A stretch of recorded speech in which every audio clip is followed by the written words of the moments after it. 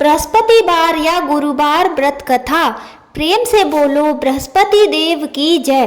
किसी नगर में एक साहूकार रहता था जिसके घर में अन्न वस्त्र या धन किसी भी चीज की कोई कमी नहीं थी और वह साहूकार बहुत ही दयालु था।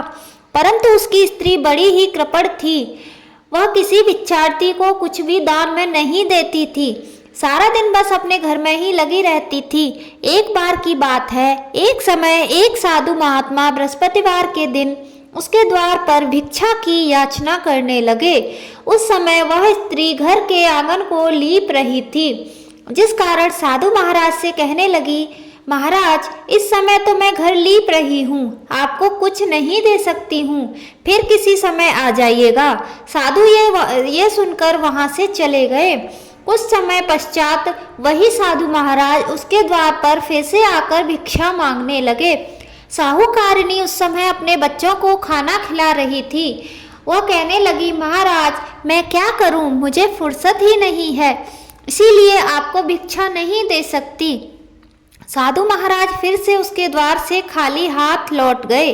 तीसरी बार जब महात्मा उसके द्वार पर आए तो उसके द्वार पर उसने फिर से उन्हें टालना चाहा और कहने लगी, महाराज मैं क्या करूं, मुझे समय ही नहीं मिलता, इसीलिए आपको भिक्षा नहीं दे सकती। परंतु साधु महाराज कहने लगे, यदि तुमको हर समय का अवकाश मिल जाए तो मुझे भिक्षा दोगी? साहूकारनी बोली, हाँ महाराज, यदि ऐसा हो जाए तो आपकी बड़ी कृपा होगी। साधु महाराज कहने लगे, तो सुनो, मैं तुमको एक उपाय बताता हूँ। तुम बृहस्पतिवार के दिन चढ़ने पर उठो और सारे घर में झाड़ू लगाकर कूड़ा एक कोने में जमा करके रख दो। घर का चौका इत्यादि मत लगाओ। घर वालों से कह दो हजामत अवश्य बनवाएं। रसोई बनाकर चूल्हे को पीछे खाना रखना, सामने नहीं रखना। फिर स्नान आदि करके शाम को अंधेरा होने के बाद दीपक जलाना तथा बृहस्पतिवार को पीले वस्त्र मत धारण करना और ना ही पीले रंग की कोई भी वस्तु का भोजन करना। यदि ऐसा करोगी तो तुम्हें घर का कोई काम नहीं करना पड़ेगा, तुम्हें अवकाश ही अवकाश मिल जाएगा। अब साहूकारनी हर बृहस्पतिवार को ऐसा ही करने लगी। कुछ समय बाद उसके घर में खाने को अन्न का एक दाना भी न रहा।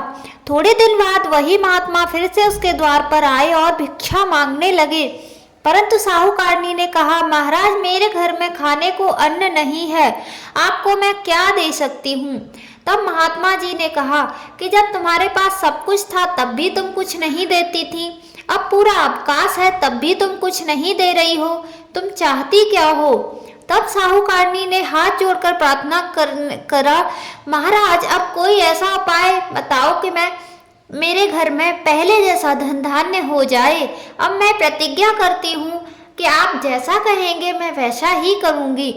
तब महात्मा जी ने कहा, बृहस्पतिवार को प्रातः काल उठकर स्नानादि से निवृत्त होकर घर के आंगन को गाय के गोबर से लीपना तथा घर के पुरुषों से हजामत न बनवाए ऐसा कहना, भूखों को अन्न जल देती रहा करना, ठीक शाम काल दीपक जलाया करना।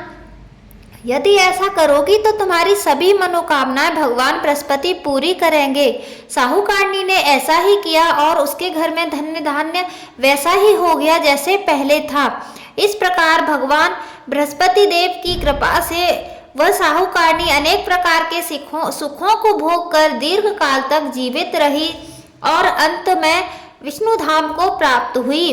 बृहस्पति कथा पूर्ण हुई। बोलिए बृहस्पति देव की जय। बृहस्पतिवार की आरती। ओम जय बृहस्पति देवा, स्वामी जय बृहस्पति देवा, छिन छिन भोग लगाऊं फल मेवा। ओम जय बृहस्पति देवा, तुम पूरन परमात्मा, तुम अंतर्यामी, स्वामी तुम अंतर्यामी, जगत पिता जगदीश्वर तुम सबके स्वामी। ओम जय बृहस्पति देवा, चरणामृत निज निर्मल सब पातक हरता, स्वामी सब पातक हरता, सकल मनोरथ दायक कृपा करो भरता।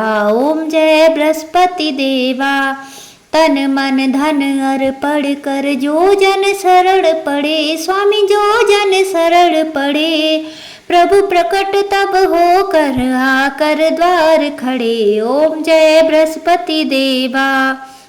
दीन दयाल दयानिधि भक्तन हितकारी, स्वामी भक्तन हितकारी। पाप दोष सब हरता भव बंधन हारी, ओम जय बृहस्पति देवा। सकल मनोरथ दायक सब संशय तारो, स्वामी सब संशय तारो।